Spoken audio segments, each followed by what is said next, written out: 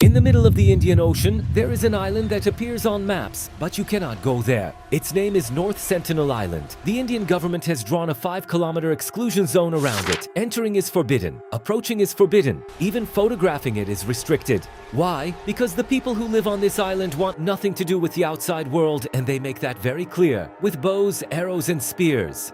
The Sentinelese, the most isolated people on Earth. They have lived there for around 60,000 years. 60,000. No writing system, no agriculture. They know how to make fire, but no outsider has ever witnessed exactly how they do it. In 2004, a massive tsunami struck the region. The island was hit by huge waves. The Indian Navy sent a helicopter to check on the tribe and offer help. Do you know what happened? They did not want assistance. They did not want contact. To them, the modern world is not a solution. It is a threat, and to protect them, India completely sealed off the island. January 2006.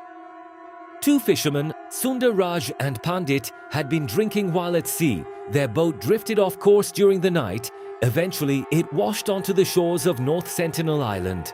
The next morning, Indian authorities located their bodies. They were lying on the beach, pierced by arrows. A helicopter was sent to recover them. But as soon as it approached, the Sentinelese began firing arrows again. The helicopter was forced to turn back. The bodies were never recovered. Nearly 2 decades later, they remained there. It was a message from the island. Do not come closer.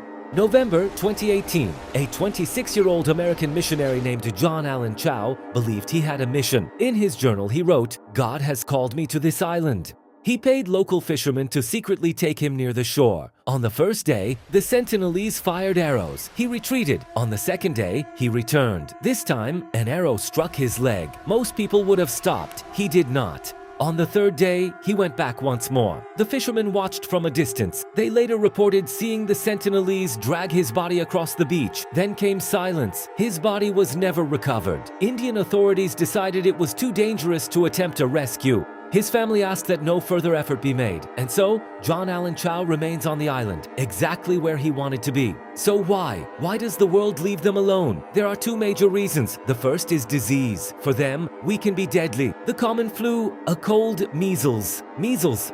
Diseases that most of us survive without much thought could devastate an isolated population with no natural immunity. History has shown this many times. Even brief contact between isolated tribes and outsiders has often ended in tragedy. The second reason is simpler. They do not want us there. For approximately 60,000 years, they have lived according to their own rules, their own culture, their own way of life. Many anthropologists argue that forcing contact would destroy something irreplaceable. India's law is clear. Approach within 5 kilometers of the island and you can face serious legal consequences. So how do they survive? Most of what we know comes from distant observations and satellite imagery. Researchers estimate the population may be somewhere between 50 and 200 people. They fish, they hunt wild pigs, they gather fruits and coconuts. They do not appear to use large boats. Instead, they travel in small canoes close to shore. They use metal tools, but they do not mine metal themselves. When a cargo ship ran aground near the island in 1981, they reportedly salvaged pieces of metal from the wreck. They build shelters.